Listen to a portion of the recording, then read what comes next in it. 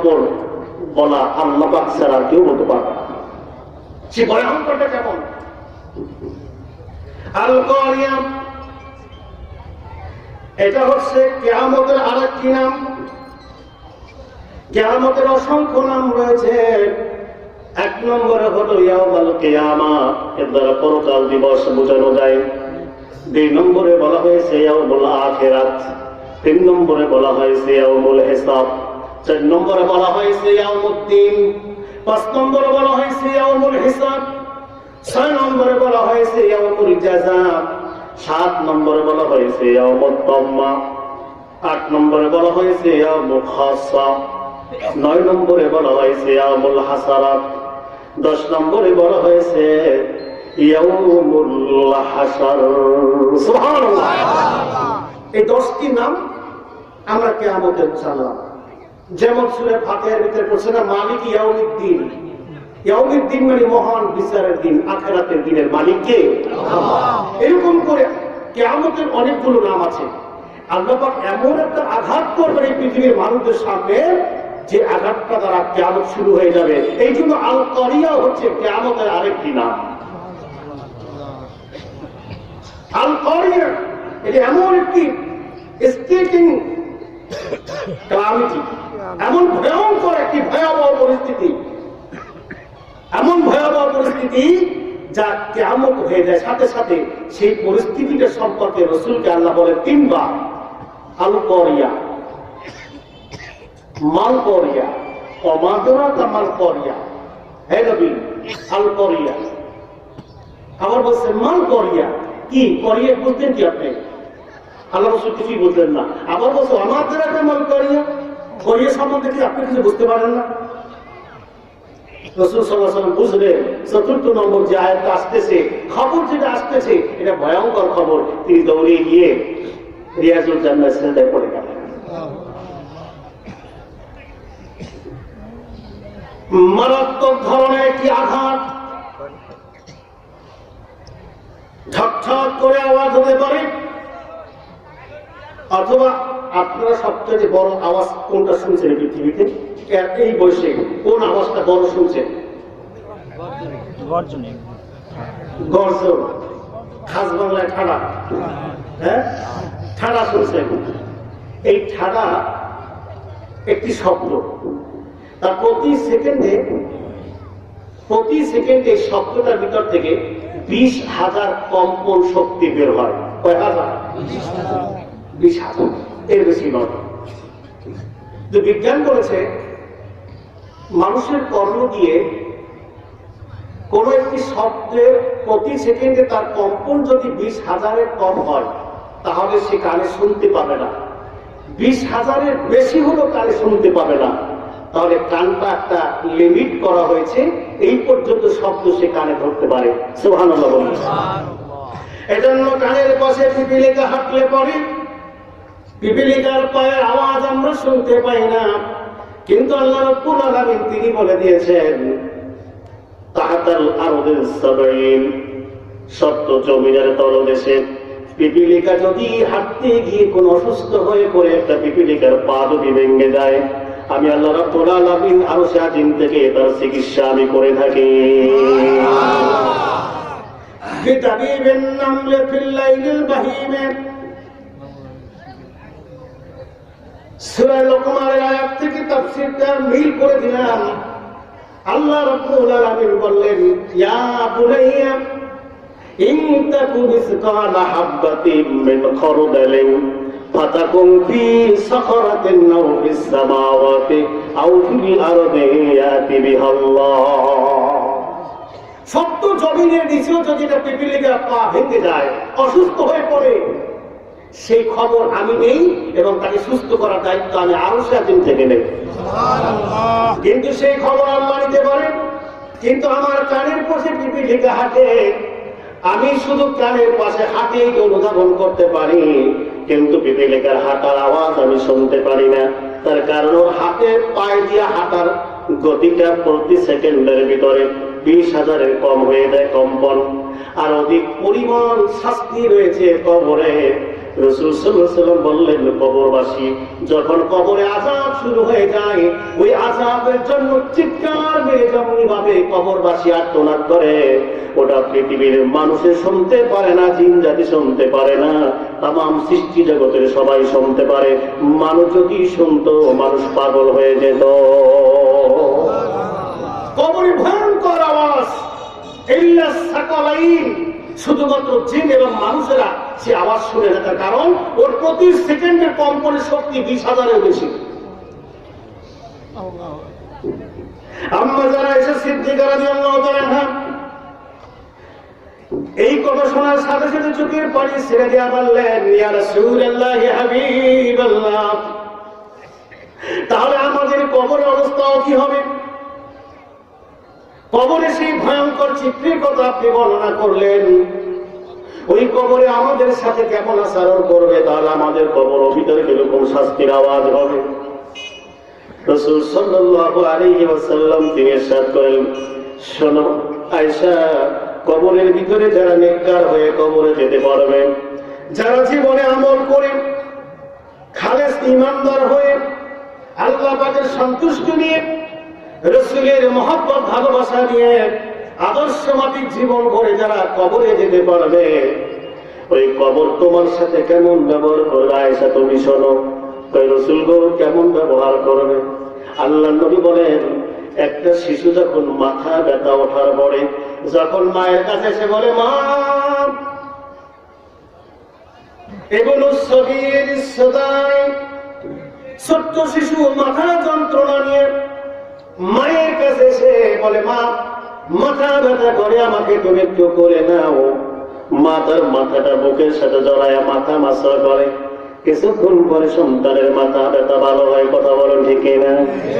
আল্লাহ রাসূল বলেন, আয়েশা শোনো, কবরের জগতে তুমি ইমানদার হতে পারলে পরে যখন মাটি তোমাকে চাপ খেতে চাইবে, তখন সামান্যতম তোমার মাথা যন্ত্রণা, মাথা ব্যথার মতো একটু অস্বস্তি তোমার লাগবে, ওই মুহূর্তে কবর এসে বলবে, আজকের আমি তোর মায়ের আদর দিয়ে আমি তোরে কোলে নিলাম। আরো জোরে বলে সুবহানাল্লাহ। দয়াময় হৃদয়বান মায়ের মতন কবর তোমার আলগিয়ে নেবে, তোমার কোনো চিন্তা নাই। তবে সেই বিকট সত্য যদি পৃথিবীর মানুষ শুনতো, মা বাবার কবরে, সন্তানের কবরে, আপনজনদের কবরে, এই মানুষটা দুনিয়ার দিকে পাগল হয়ে মারা যায়। জিন শোনে না, আর শোনে নাকি মানুষ। জিন আর মানুষ এই দুই জাতি ছাড়া সবাই আওয়াজ শুনতে পায়। আল্লাহ রাসূল বললেন, সে আওয়াজের চাইতে কোটি কোটি গুণ বড় আওয়াজ হবে। আল করিয়াতু মাল করিয়া ওমা আদরাকা মাল করিয়া। রাসূলুল্লাহ সাল্লাল্লাহু আলাইহি ওয়াসাল্লাম বলেন, এই ভয়ঙ্কর আওয়াজ ঠিক আল্লাহ রাব্বুল আলামিন কিয়ামত শুরু করার আগে এমন জোরে একটা বাড়ি দিবেন, আঘাত করবেন, যেমনি ভাবে আপনারা দান থেকে, দানের সরা থেকে দানগুলো যেমন পিটাইয়া পিটাইয়া ওটা দানগুলো আলাদা করে দেন। আসলে এরকম অনেকগুলো দান সরা একত্র করে একটা খাইটের উপর ধুয়ে দুটো বাড়ি দিয়ে ধানটা পড়ে যায়। আসলে সিস্টেম কেউ পায়ে মতো, এখন আবার হাত দিয়ে ধরে আর ধরে পিঠায়, এখন আবার বেশ বিভিন্ন সিস্টেম চলে আসছে। তো ঠিক করিয়ে বলা হয় এইটাকে যে আল্লাহ রাব্বুল আলামিন আপনাকে আমাকে একটা জায়গায় নিয়ে একটা বাড়ি দিবেন। আল্লাহু আকবার বলেন। সেদিনকে আমরা ছন্দ হয়ে পৃথিবীর এই প্রান্ত থেকে ওই প্রান্তের রূপটা বিচারণ করবো। আল্লাহ রাব্বুল আলামিন বলেন, ওই আঘাতটা দেওয়ার জন্য আমি একজন লোক সেট করে দিয়েছি। ওই লোকটার কাজ হয়েছে, তিনটা কাজের জন্য আমি তাকে পৃথিবীতে আমি তার জীবন দান করেছি। একটা লোককে, ওই লোকটাকে শুধুমাত্র তিনটি কাজ। কয়টি কাজ? তিনটে কাজের জন্য একজনকে সৃষ্টি করা হয়েছে। তো ওনার দায়িত্ব পালন করার আগে আমি জাহান্নামকে অর্ডার করব। সুবহানাল্লাহ বলেন। কাকে অর্ডার করবেন? আরো জোরে বলেন, কাকে? বুখারী মুসলিম শরীফ হাদিস, ইযা ইসতাদাল হারম فأعرضوا عن الصلاة فإن شدة الحر من فحيه جهنم। الله أكبر বলেন। সাল্লাল্লাহু আলাইহি ওয়াসাল্লাম বলেন, এই কারিয়া নামক আঘাতটা পৃথিবীর মানুষদেরকে আমি দিব। সেই দিনকার মা তার সন্তানকে হাতের উপর দিয়ে দেখবে আকাশের দিকে ছিটকে উড়ে যাচ্ছে। সন্তান মাকে বলে, মা আমাকে ধরো। মা বলবে, আমার কাম শেষ, আমি তোমার ধরার সুযোগ নাই, তুমি যাচ্ছে ওই দিকে, আমি যাচ্ছি এই দিকে। কেউ কারো খবর না সুযোগ হবে না।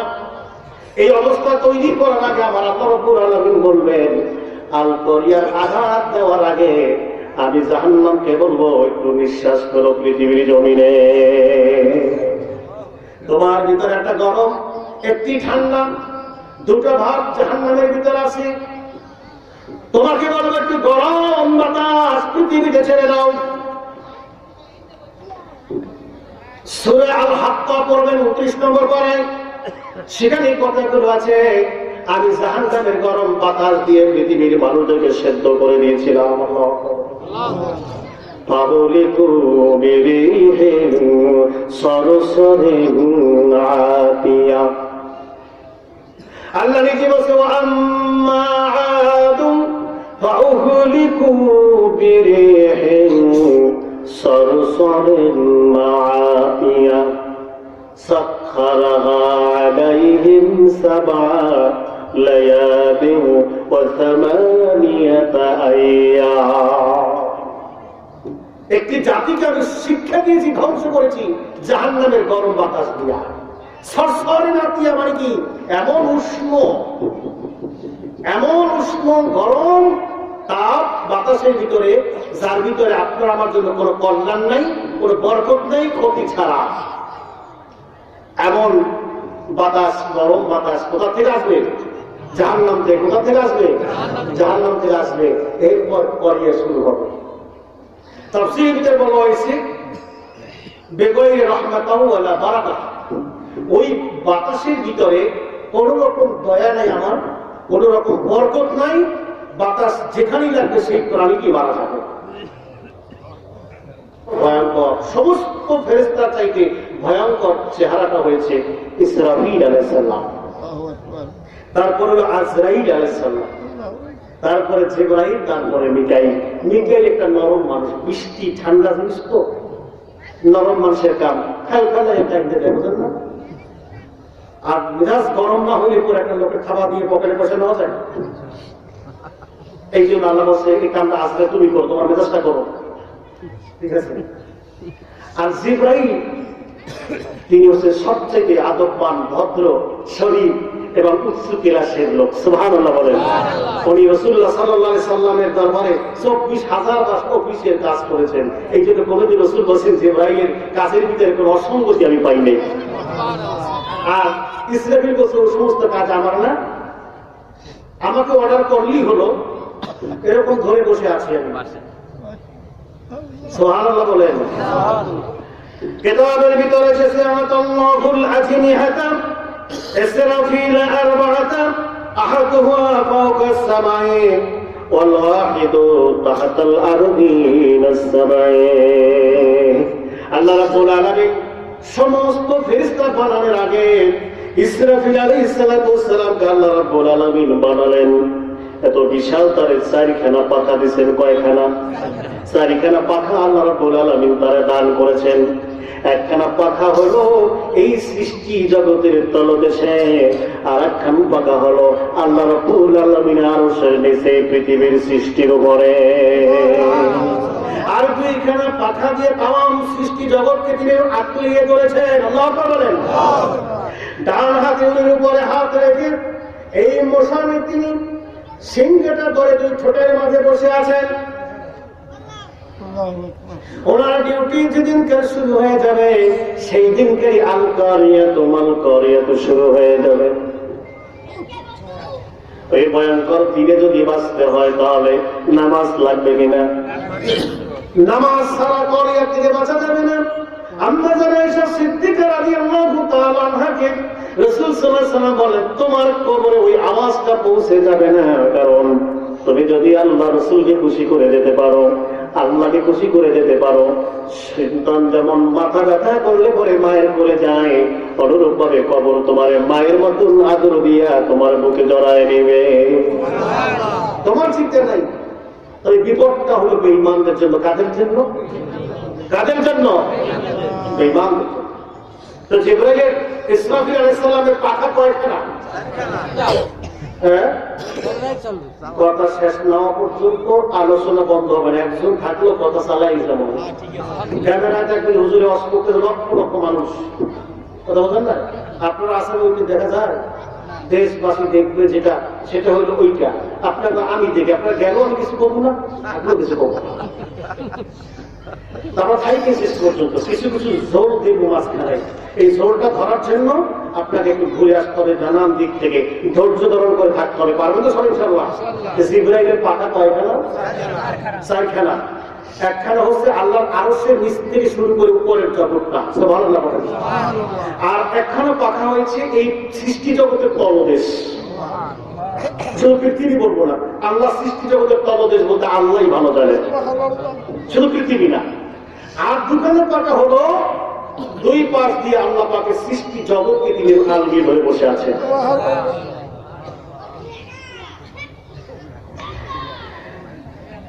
এবং তার শরীরের ভিতরে সবুজ রঙের লোম পশম আছে, সবুজ কালারের পশম। কি কালারের? সবুজ কালারের পশম রয়েছে। ওই পশম গুলোর ভিতর দিয়ে এক একটা পশমের এক একটা জবান আছে।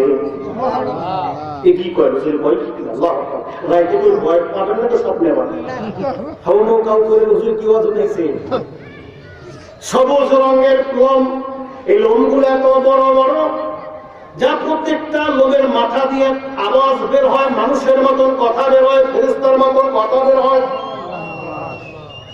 আবার ওই এক একটা লোম থেকে যখন শ্বাস প্রশ্বাস নিঃশ্বাস যখন নিতে থাকে, এক একবার শ্বাসের ভিতর দিয়ে 100 নূতন ফেরেশতা জন্ম নেয়। প্রতিটি ফেরেশতা ইসরাফিলের চেহারা নিয়ে তারা জন্মগ্রহণ করে এবং ওই প্রত্যেকটা লোম থেকে যতগুলো ফেরেশতা তৈরি হয় সার হামেশা সকলে একমাত্র তার জিকির করে, জোরে করে তার জিকির।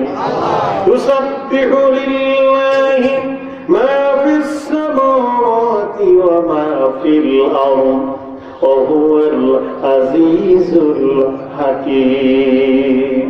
আসমান এবং জমিনের ভিতরে যাহা কিছু আছে তার প্রশংসা করে শুধু মানুষ ছাড়া। কারা ছাড়া? মানুষও করে না, জিকির সবাই করতেছে না। এই জিকির আজকাল কাম হইল পিসাব আর মুরিদ, ঠিক না বলে? জিকির করার কোন পীরের হুকুম না, জিকির করা আল্লাহর হুকুম। কার হুকুম? আল্লাহর হুকুম। আপনি কোন পীরের তালিম না নিলেও আপনি আল্লাহর কাছ থেকে তালিম নিয়ে নেন। কোরআন থেকে আল্লাহ নিজে বলছেন অযকুর ইসমা রাব্বিকা, তোমার রবের নামে তুমি জিকির করো। কার নামে?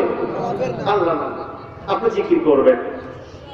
তাহলে ওই ইসরাফিল আলাইহিস সালাতু ওয়াস সালামের লোমের ভিতর থেকে প্রতি শ্বাস নিঃশ্বাসে 100 করে ফেরেশতা জন্ম নেয়। আজব সৃষ্টি, বক্তব্য হবে আজব। স্বপ্নে যে যা দেখেন কোনো আপত্তি নেই, তবে এত সকালে আর করিয়া হচ্ছে না, বহু দেরি হবে। এত সকালে করিয়ে না, ভয়তে আমার ফজরের নামাজ ছেড়ে দেওয়া যাবে না। আল্লাহর কাছে বলতে হবে আল্লাহ ওটা তোমার কাছে, ওই পর্যন্ত বাঁচাইয়া রাখা দরকার নাই, তুমি এর আগে আমাদেরকে ঈমানে কবুল করবে। আমিন। কিন্তু ওই দিনটা বড় ভয়ঙ্কর দিন। রাসূল সাল্লাল্লাহু আলাইহি ওয়াসাল্লাম পূর্ব পশ্চিম দিক থেকে গরম জাহান্নামের বাতাস আসতে থাকবে।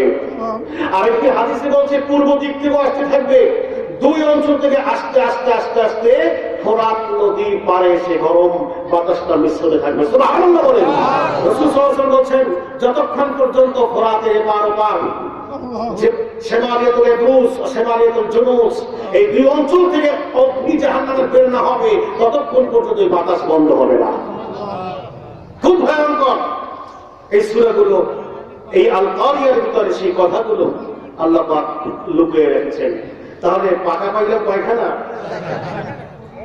হয়েছে এর জন্য এরকম করে তিনি মুখের ভিতরে হয়েছেন বাসি, যেটাকে সিংহা বলা হয়, এটাকে নিয়ে তিনি বসে আছেন।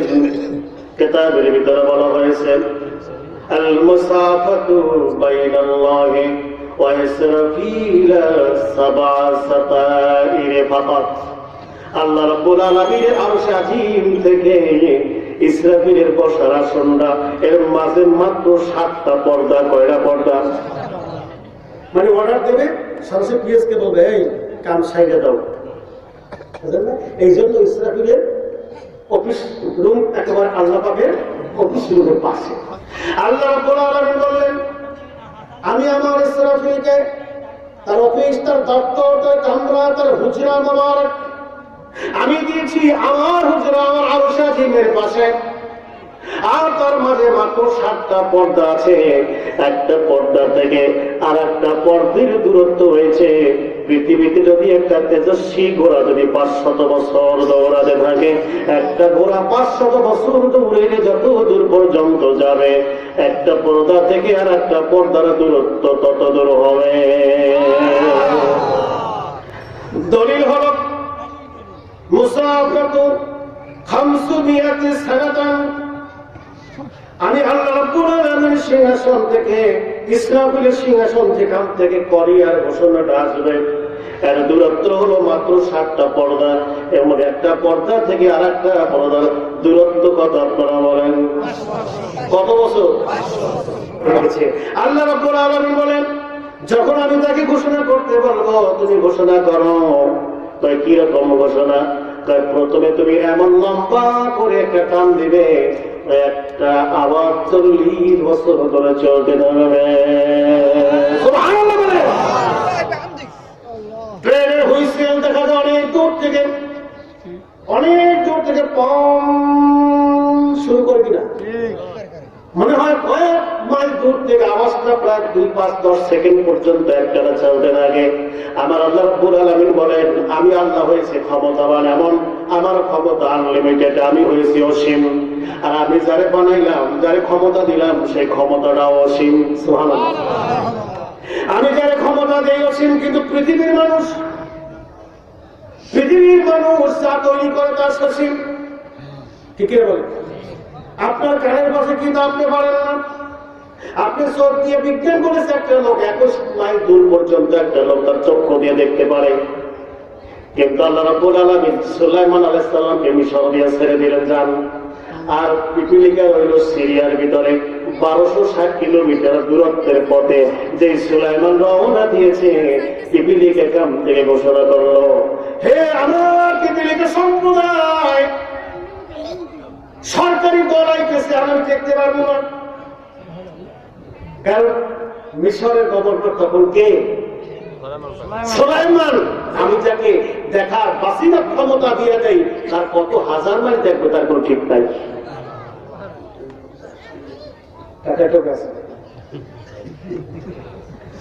তো যাই হোক, সুলাইমান আলাইহিস সালাম আবার তিনি মুস্কি হেসে দিলেন, কিরে ওরা ভয় পাইল কা?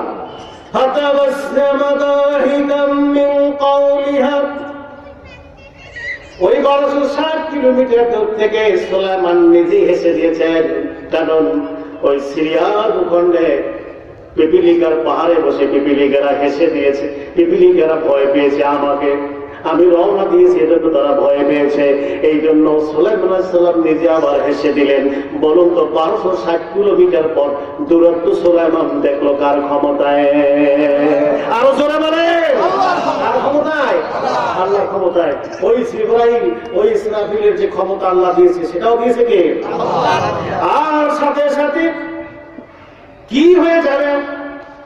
ওয়াল মালাকু আলা আরজাইহা, আল্লাহ পাক বলে, ও तमाम সকল ফেরেশতারা তোমরা আমার আরশের পাশে দাঁড়িয়ে যাও। একবার আমি আবার ইসরাফিলকে অফিসিয়ালি ঘোষণা দিয়ে দেব, तमाम সৃষ্টি জগৎ এখন ভাঙতে থাকবে। তোমরা কোথায় যাবে? তোমরা আমার আরশের পাশে জায়গা নাও। সুবহানাল্লাহ বলে, মরতে তো হবেই। হারিয়ে যাব একদিন আমি, রব নাই ভুবনে চিরদিন। বলেন, হারিয়ে যাব একদিন আমি, রব নাই ভুবনে চিরদিন। হারিয়ে যাব একদিন আমি, রব নাই ভুবনে চিরদিন। ক্ষমা করে দিও তোমরা আমায়, ক্ষমা করে দিও তোমরা আমায়, রাখি যদি কোনদিন, হারিয়ে যাব একদিন আমি, রব নাম বনে চিরদিন। কথা ঠিক কিনা? মানে আপনারা থাকবেন, আমি থাকবো না, সবাই চলে যাবে। হ্যাঁ সবাই যাবে। কয়টা ঠিক চুপ, কথা বলে ঠিক কিনা? ভাইরা আমার, সেই দিনের কথা তাহলে স্মরণ করুন। আল্লাহ পাক বললেন, যেই দিনকার তোমার সামনে পড়িয়েছে যাবে মহান বিপদময় বিপদ আওয়াজ পৃথিবীতে বাস্ত হয়ে যাবে, সেই দিনকার ফেরেশতাদেরকে বলবো, তোমরা যাইবা কোথায়? তোমরা সকলে আমার আরশ আজিমের পায়ের পাশে এসে দাঁড়ায় যাও। আল মালাকু আলা আরশিহা, সমস্ত ফেরেশতারা আল্লাহ পাকের আরশের পাশে গিয়ে যাবেন। আমার আল্লাহ ডাক দিয়ে বলবে, ইসরাফিল, আমি আরশটারে একটু সাজায় লই, তুই ফু দিস না। তোর ফুতে এমন আমি পাওয়ার দিয়ে দিয়েছি, যেই কারণে আমিও শেষ হয়ে যেতে পারি। আল্লাহ পাক বলেন, ইসরাফিল, ক্ষমতা তোর এমন ক্ষমতা আমি দান করেছি, ওই ক্ষমতা তুই এখন প্রয়োগ করবি কি সময় দিয়ে? আমি আল্লাহ রাব্বুল আলামিন আমার আরশটার আমি একটু গুছাই নেই, কারণ সেই আল কারিয়া নামের হুইসেল যদি বাজায় দিবে, ওটা এমন ভয়ঙ্কর, আমার আরশ আজিম পর্যন্ত কেঁপে উঠবে। আরো জোরে বলুন না। বাবা জানে আপনার বাবা কবরে, আমার বাবা হয়তো, আপনার বাবা হয়তো আরেকজনের বাবা কবরে, আপনার মা জননী কবরে, তার কথা কি ভেবেছেন? আল্লাহর আরশ যদি থরথর করে আল করিয়ার কারণে কেঁপে উঠে, তাহলে কবরবাসী কবরের অবস্থা কেমন হবে?